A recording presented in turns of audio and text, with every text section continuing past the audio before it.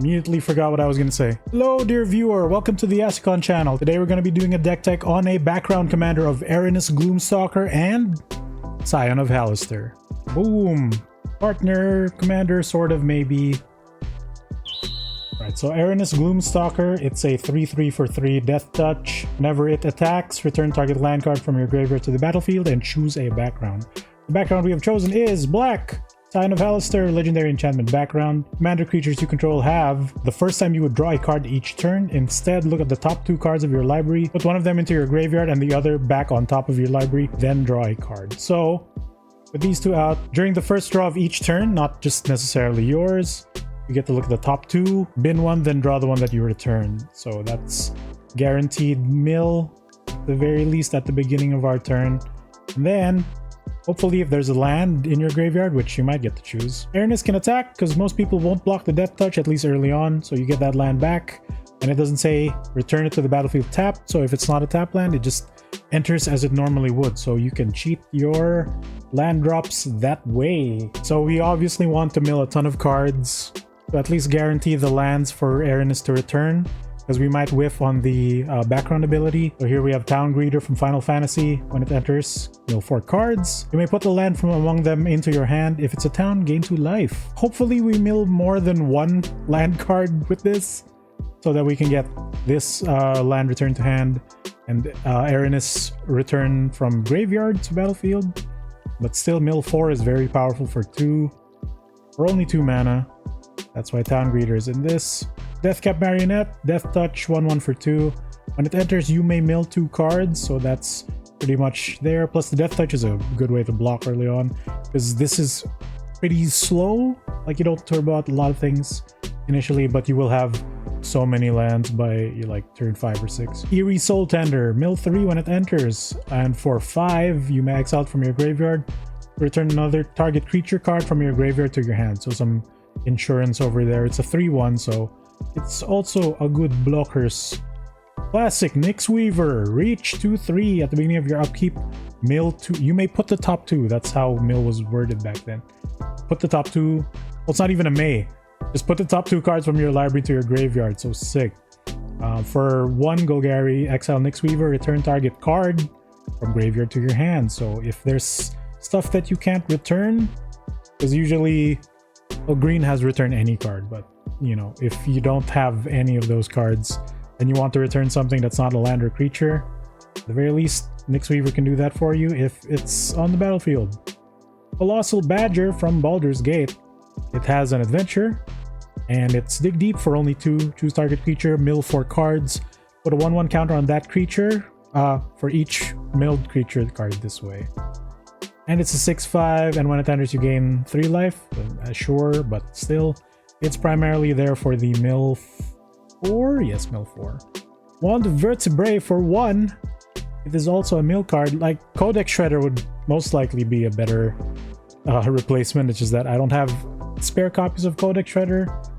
And Wand of Vertebrae and Codex Shredder can technically live in the deck very comfortably. So, for tap, mill 1. And for 2 tap, exile Wand and shuffle up to 5 cards from your graveyard to your deck. Here's a new one from the Aether Drifts, Broodheart Engine. At the beginning of your upkeep, surveil 1. So 2 Golgari, sacrifices artifact, return target creature or vehicle from your graveyard to the battlefield. Activate only a sorcery. There's no vehicles in here, but the ability to return creatures is very nice. Plus it goes straight to the battlefield. So that's your mill engine right there. It's probably needs more, but I think this is fine. One of the mill payoffs, like the direct mill payoff, is also this Cloakwood Hermit. It's another background. Commander creatures you own have at the beginning of your end step if a creature card was put into the graveyard from anywhere. So if it was milled or if it was destroyed, create 2 tapped green squirrels. So just a way to sort of put some blockers for the most part on the battlefield. It's something. Plus it came with the cards I pulled from the Baldur's Gate draft we did. That's why it's here. It's also in pretty foil. So we're milling a bunch of stuff. That means we need methods to return them to your hand. You know, like the lands that we don't want milled. We have a few return from graveyard to X, either your hand or your graveyard. And let's go through some of them. So Skullwinder, Death Touch again, good blockers. When it enters, return target card from graveyard to your hand, then choose an opponent, and they may also do that. Not may. They also return a card from graveyard to your hand. So I thought this would be a bad downside, but sometimes your opponents won't have any good things in their graveyard, or no graveyard at all, depending on the circumstances. So you can technically choose them, and this makes it okay. Classic Gravedigger. When it enters, return target creature card from graveyard to your hand. Find Broker, return a permanent from your graveyard to your hand. Very nice. Another Chance, which I keep forgetting this is an instant, so this is also a mill card. You may mill 2, then return up to 2 creature cards from graveyard to your hand. So for a measly 3, you get to return 2 things and you get to mill yourself. Classic Regrowth, return target card from graveyard to your hand.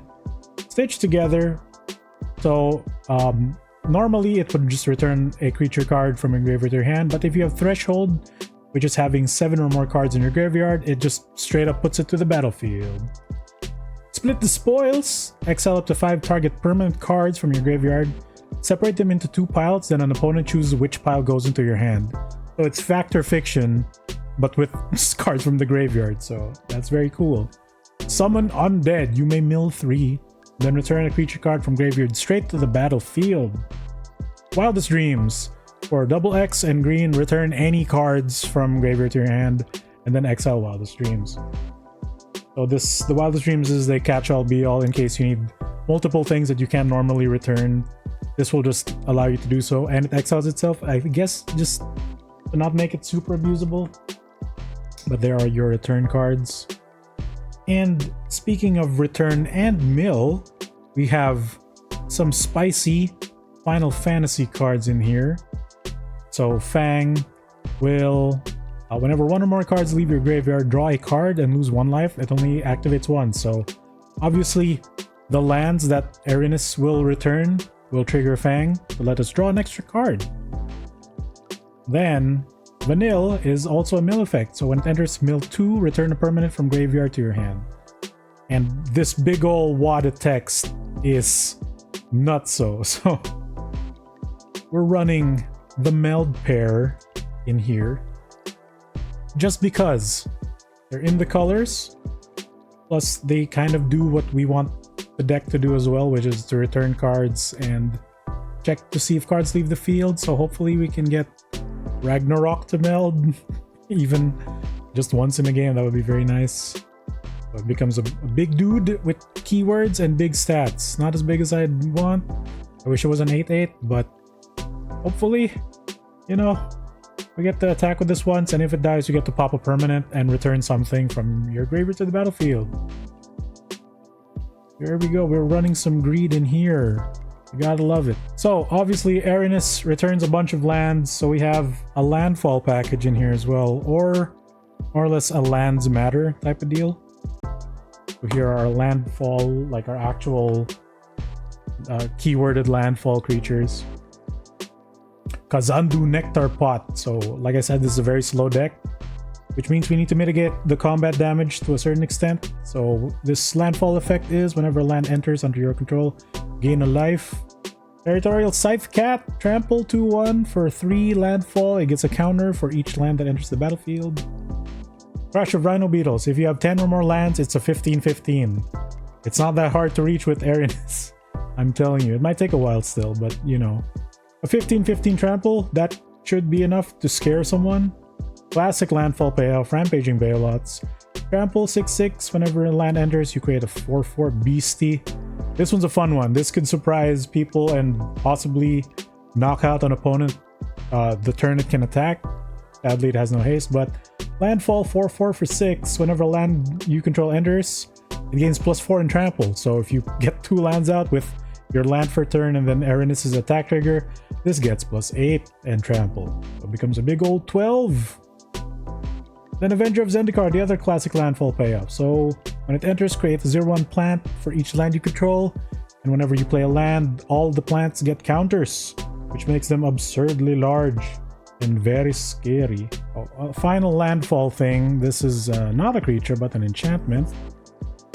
Quest for the Necropolis, so whenever a land enters, put a quest counter on this, and the quest counters reduce the generic mana for the ability, where you sacrifice the enchantment, then put a target creature card from graveyard to the battlefield under your control.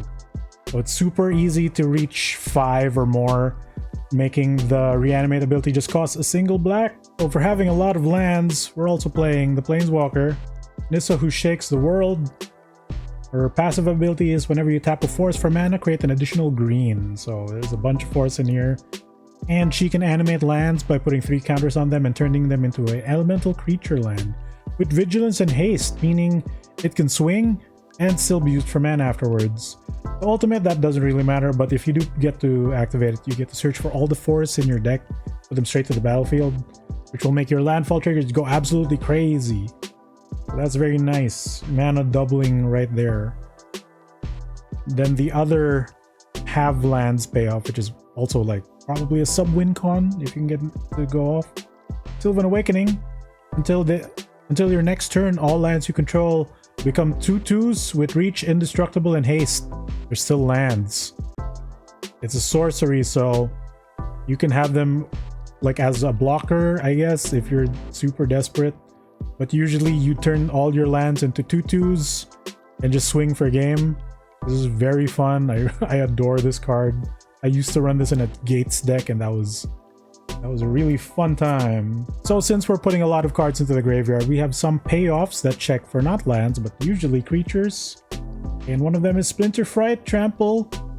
Its power and toughness is equal to the number of creature cards in your graveyard. Then at the beginning of your upkeep, mill 2, so that also adds to the mill strat. Avenger of the Fallen, Death Touch 2/4 for 3. Mobilize X, where X is the number of creature cards in your graveyard. So mobilize this whenever it attacks.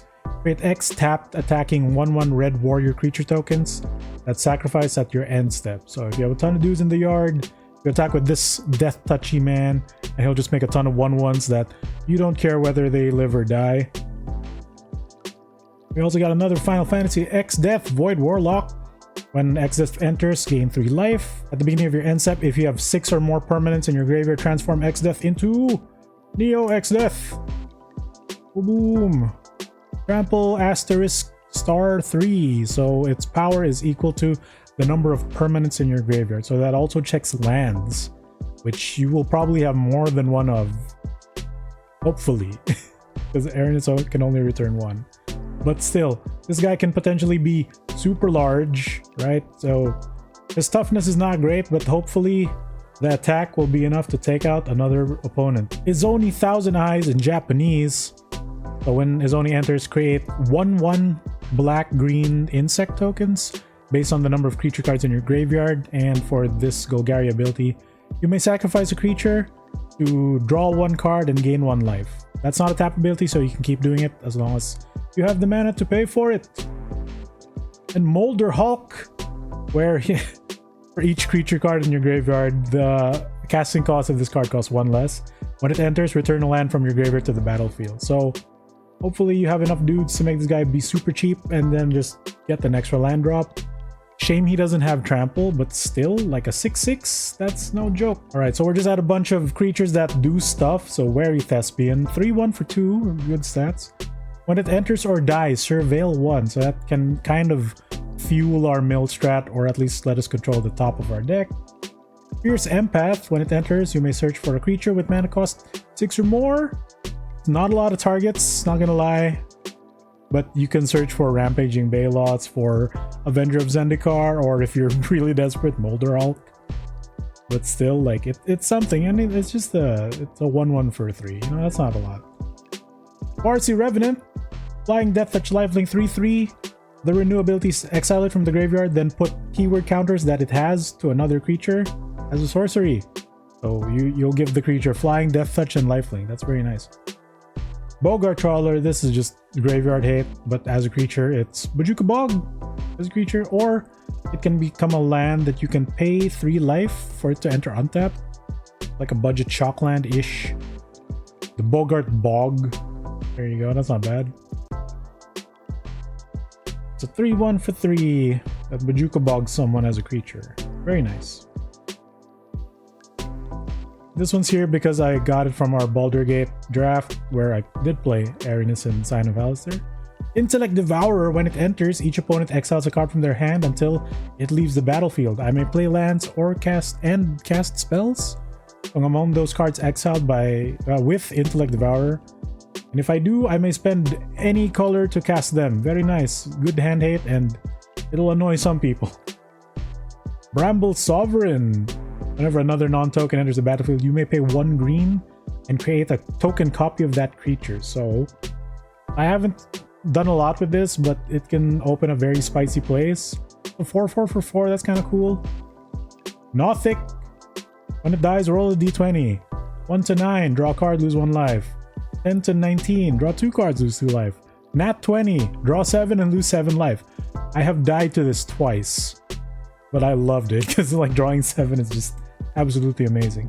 The Girder Goons. A 4/4 for 5, but when it dies, create a 2/2 tap black rogue, and you can cast it for its blitz cost. So blitz is it enters with haste but sacrifices itself at the end step, which will also draw you a card. So you'll draw a card and get the rogue token. The Giant Ankeg. Trample, Ward 2. Other creatures you control have Trample and Ward 2. It's an 8/8 for 8. I think this is underrated. It is super expensive, but the fact that it can give your other creatures Trample and Ward 2 is kind of funny. Slavering Branch Snapper. Trample 7/6 for 6. This is mainly a forest cycler, or a way to put a creature in the graveyard, but still, he's a big boy. Very useful. Nurturing Bristleback. This is also a forest cycler. When it enters, it costs a whopping 7. But when it enters, you can make a dinosaur. So it's mostly there to forest cycle, but hey, if you're, rich on mana, why not get 2 bodies? Elvish Aberration. It's a big mana dart, but it's primarily here for cycling 2 and puts a creature in the graveyard.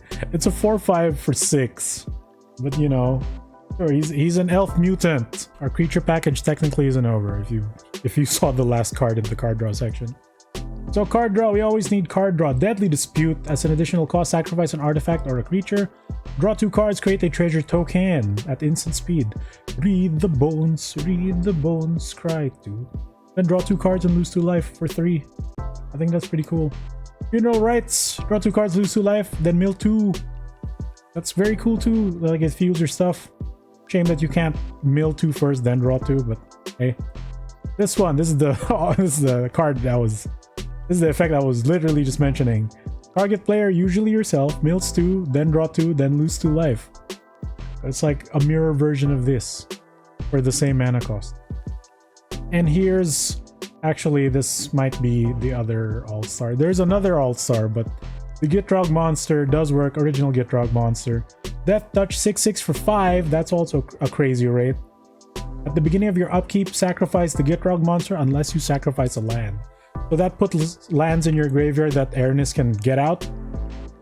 And you may play an additional land on each of your turns. Whenever 1 or more lands are put into the graveyard from anywhere, draw a card. So it'll sack a land, draw you an extra card, which will trigger. The Scion of Halaster lets you look at the top 2 if this happens to be your first card draw for the turn, which triggers on your upkeep for your draw step. And then it puts a land in the graveyard, like I said, for Erinis to get back. So you will draw, 2 cards immediately. Very... Gitrog monster is ridiculous. Like, very, very good. If you don't have one yet, that is a prime card to get. What is it? Ramp? We're at ramp, and I guess one form of interaction. Like, admittedly, there is very little interaction present in this deck, so you kind of just go hard on your game plan and hopefully progress the board state with your Death Touch for a little bit. But there's not a lot of ways to stop your opponents from doing things, so hopefully you can politic your way through it. But we do have our weird ramp and the 1 interaction, so let's go through this. This little, not ramp card, but this is a perfect card for the deck. That is Fork in the Road. Search your library for up to 2 basics, reveal them, put 1 into your hand and 1 into your graveyard. Or Erinis to just get back. So you search up your land for turn, you search your land to the bin, Erinis gets that land, boom, two lands. Easy. Larval Scoutlander from Edge of Eternities, the new stuff, Outer Space. When it enters, you may sacrifice a land or lander, which we have no way of making lander token, so that doesn't matter. If you do search your library for up to 2 basics, put them to the battlefield tap, and it can become a flying 3/3 if you station it for 7. But the searching for 2 lands is kind of nuts, and Erinis can get back the one you sacrificed. Here's our only real interaction, I'd say. Death Sprout. Destroy target creature, then search your library for a basic land, put it into the battlefield tap, and shuffle your library. It's a little strict with the double black, but still, instant speed, kill, and ramp. I think that's okay. Speaking of other ramp, we're just gonna go into our mana rocks, which aren't a lot, but to be fair, Erinis does most of the ramping. So we got, of course, Soul Ring, Mind Stone, Navigation Orb, which is not really ramp, but it's a land searchy. So for 3, you cast this, then for 2 tap, sack Nav Orb, search for up to 2 basics, and or gates. Reveal those, put them onto the battlefield tapped. And one into your hand, so it's like worse Cultivate, but you can search for a gate.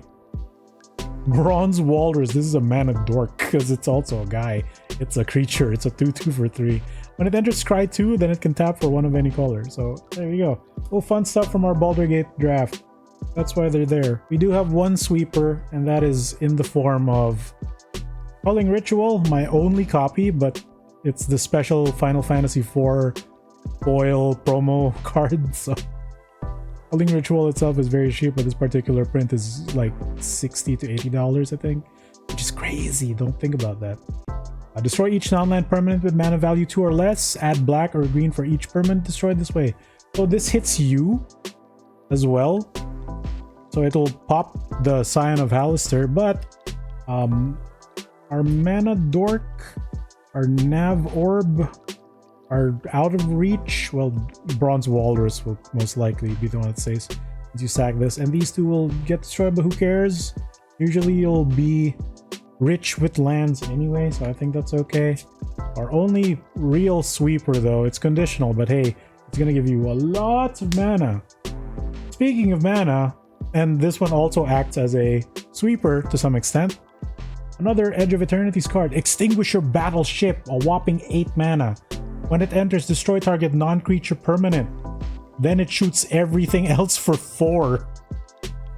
It deals 4 damage to each creature, so most things will succumb to that, including our commander, but you know, maybe late game, he might be dead. That's okay, I think. You can just recast him for 5.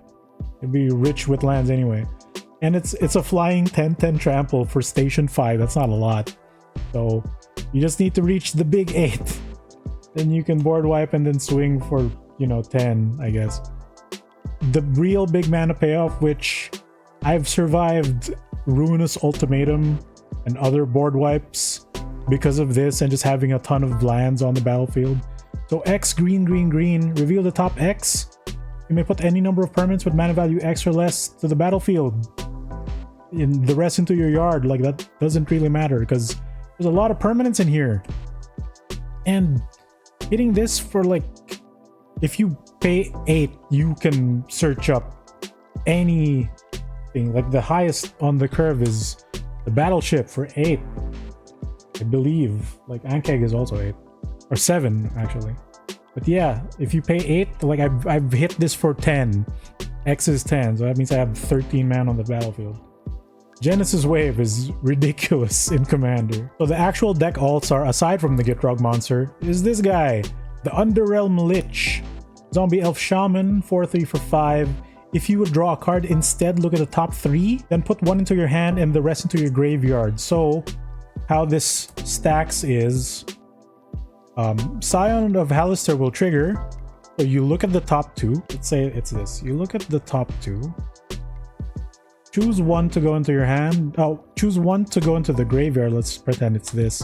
Then put this back on top of the deck. And then draw. And when you proceed to draw this, it will trigger Underrealm Lich's replacement effect, which lets you look at 3, keep 1, and then put the 2 back into the graveyard. So that does a lot. And this isn't a once per turn thing. This effect is for if you would draw a card.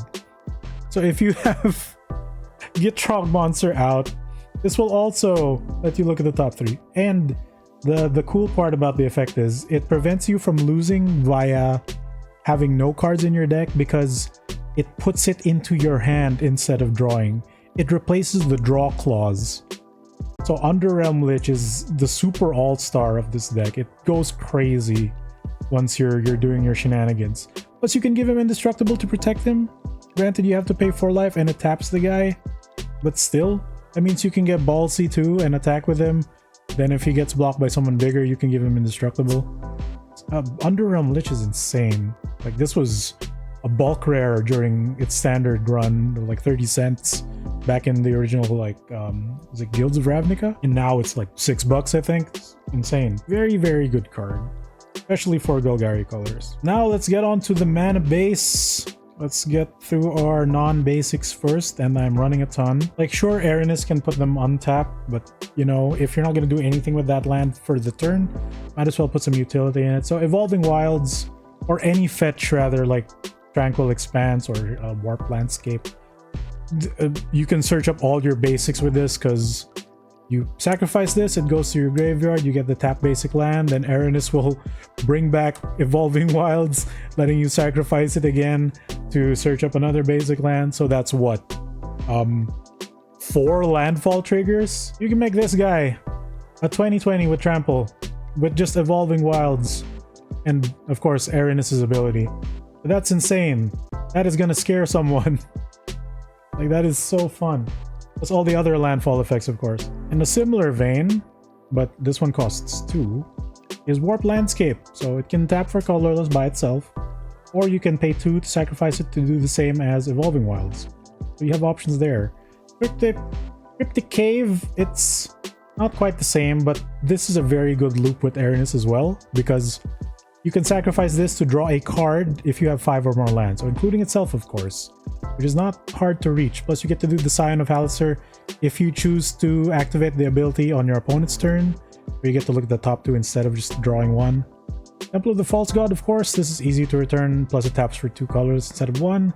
Like a free Soul Ring. Golgari Rot Farm, it enters tap, but, you know, you bounce a thing, but you get to tap for double mana for Golgari colors. Guildgate, Golgari Guildgate. You can search this with the Navigation Orb. Enters tap though, but still. It's a cheaper Overgrown Tomb. Hidden Necropolis. So it enters tap, but you can sacrifice it to discover 4 as a sorcery.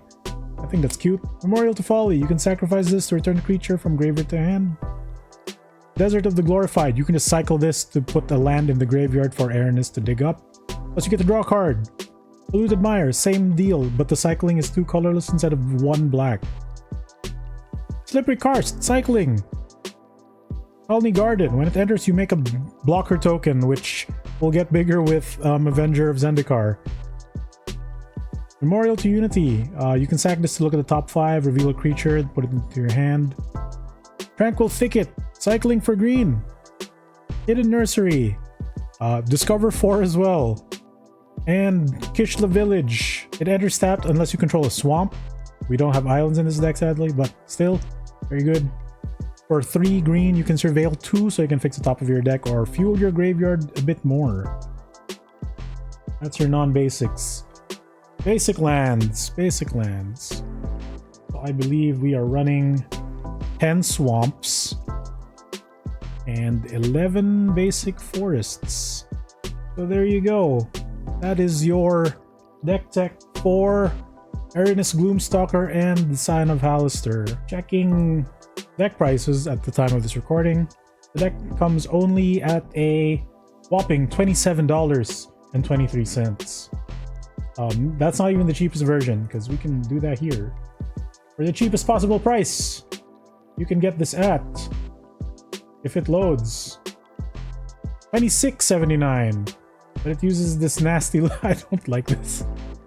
This hand-drawn looking D&D Showcase Baldur's Gate card. $26, $27 if you round it up. Very, very efficient, I'd say. Like I said, a tad slow, but it does stuff. Plus, you'll have a lot of lands to just play the game. Don't worry about getting mana screwed, because all you need to do is have enough mana to cast these 2 and get the party started.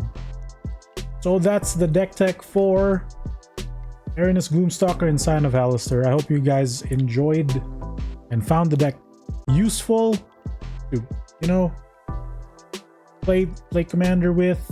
The awkward words, but like I said, these are decks I actually play with, and these are usually made from cards from my collection.